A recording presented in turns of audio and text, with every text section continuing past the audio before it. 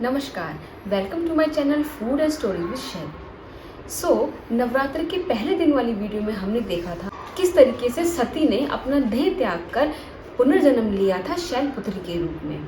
दूसरे दिन की स्टोरी में हम जानेंगे कि शैलपुत्री का पुनर्जन्म हुआ ब्रह्मचारिणी के रूप में।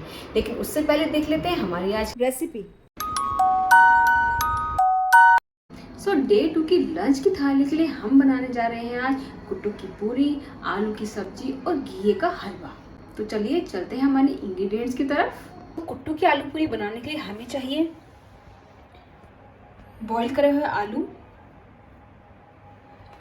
फाइनली चॉप्ड ग्रीन चिल्लीज और जिंजर, एक टमाटर, हमारे बेसिक मसाले जिसमें चाहिए हमें एक बे लीफ, मोटी इलायची, लौंग, अगर हींग खाते हैं आप तो हींग, जीरा, ब्लैक पेपर पाउडर, धनिया पाउडर, कसूरी मेथी और सेंधा नमक। और पूरी के लिए हमें चाहिए 2 कप कुट्टू का आटा। कुट्टू की पूरी बनाने के लिए मैंने यहाँ लिया है 2 कप आटा और 1 आलू जिसको मैंने ग्रेट करा है। आप यहाँ ग्रेट करा हुआ आलू ही लें। ग्रेट करा हुए आलू की वजह से आपकी पूरियाँ बनेंगी बहुत ही फूली फूली और यमी। आटे में मैं डाल रही हूँ 1 टीस्पून नमक, साथ ही में हरी मिर्च और अदरक बारीक कटी हुई। ये हमारी पूरी को बहुत अच्छा फ्लेवर देगी।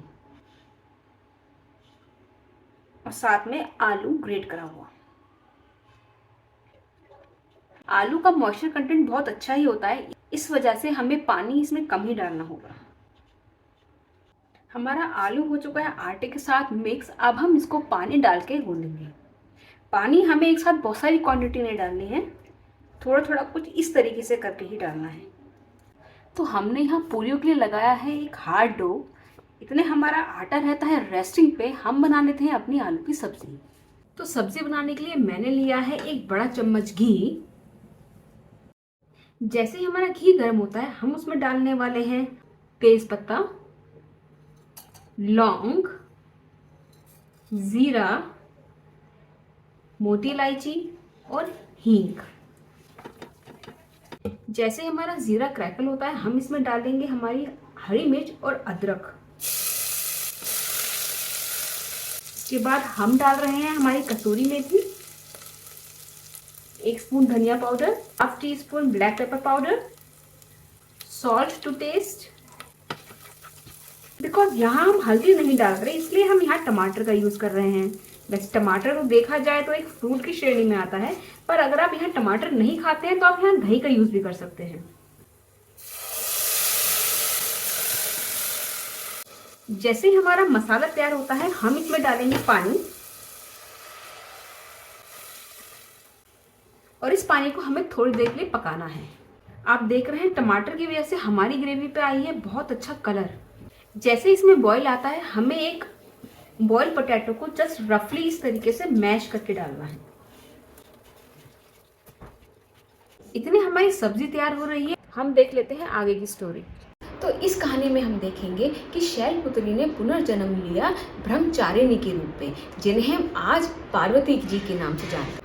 ब्रह्मचारिणी, ब्रह्मचारिणी में ब्रह्म का मतलब है तपस्या और चारिणी मतलब हो गया फीमेल डिवोटी, यानी कि वो भक्त जो एक स्त्री है। तो पार्वती जी से इस जन्म में मिलने आते हैं नारद मुनि जी। अब नारद मुनि जी ने पार्वती जी को आश्वासन दिया कि इस जन्म में भी तुम्हारा विवाह हो सकता है भगवान शिव से, पर उसके लिए तुम्हें करनी पड़ेगी बहुत सारे त्याग व तपस्या। अब पार्वती जी शिवजी जी से शादी करने के लिए कुछ भी करने के लिए तैयार थी। तो उन्होंने नारद मुनि जी की शर्त को माना और उन्होंने ठान ली कि वो हजारों वर्ष शिवजी जी के लिए तपस्या करेंगी। अपनी तपस्या के पहले 1000 साल माता पार्वती ने सिर्फ और सिर्फ फल और फूल ही खाए।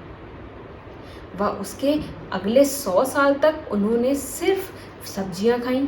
वह उसके अगले 3000 साल तक उन्होंने सिर्फ सूखी पत्तियां ही खाई।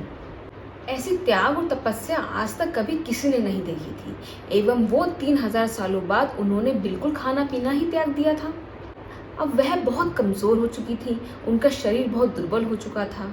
तो एक दिन माता पार्वती की माँ आई माता पार्वती की हालत देख के उन्हें बहुत दुख हुआ और उनके मुंह से निकला, ओ माँ, ये तुमने अपना क्या हाल कर लिया। इसीलिए माता पार्वती को उमा के नाम से भी जाना जाता है। अब कहानी में आगे चलने से पहले देख लेते हैं हमारी आज की रेसिपी।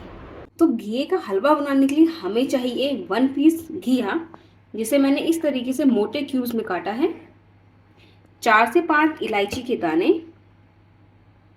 1 कप चीनी और 1 कप फुल क्रीम मिल्क।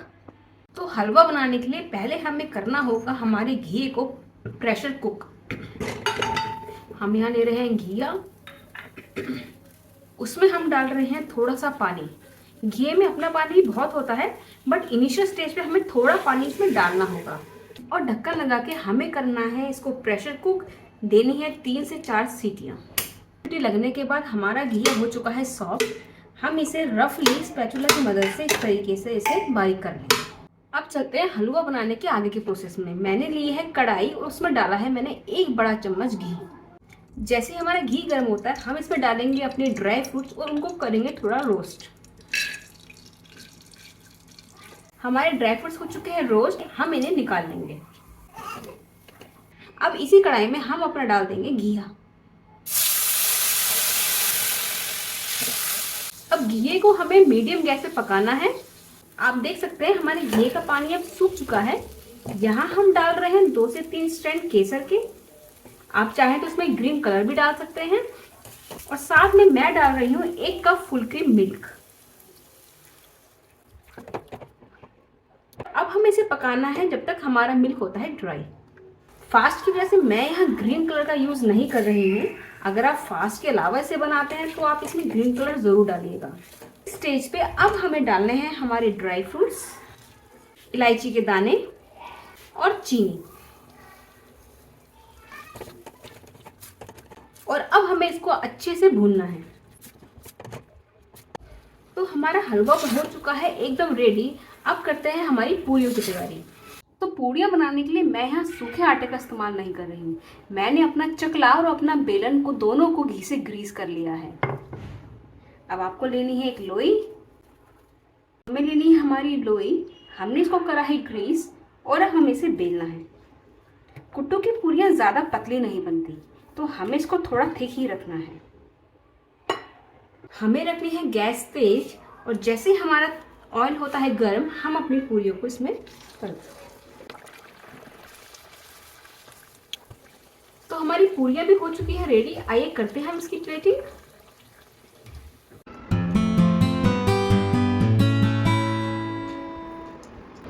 अब माँ पार्वती की हजारों साल तक की तपस्या को देख के भगवान ब्रह्मा भी खुश हुए और उन्होंने बोला कि शिव जी तुम्हारा इतना त्याग देख के बहुत प्रसन्न है। और फिर दोनों ने शादी करने का निर्णय लिया। तो ब्रह्मचारिणी जाने जाते हैं अपनी त्याग और तपस्या के लिए। और इस कहानी से हमें यह पता चलता है कि अगर हमें भी कुछ हासिल करना है तो हमें पूरी तरीके से उसे हासिल करने के लिए अपने आप को समर्पित करना होगा, अपने त्याग तपस्या करनी होगी। तो नवरात्र के दूसरे दिन हम ब्रह्मचारिणी जी की पूजा इसीलिए करते हैं ताकि हमें भी उनकी तरह ताकत और एकाग्रता मिले। अब तीसरे दिन की कहानी जानने के लिए आप मेरे साथ मेरे चैनल पे बने रहें।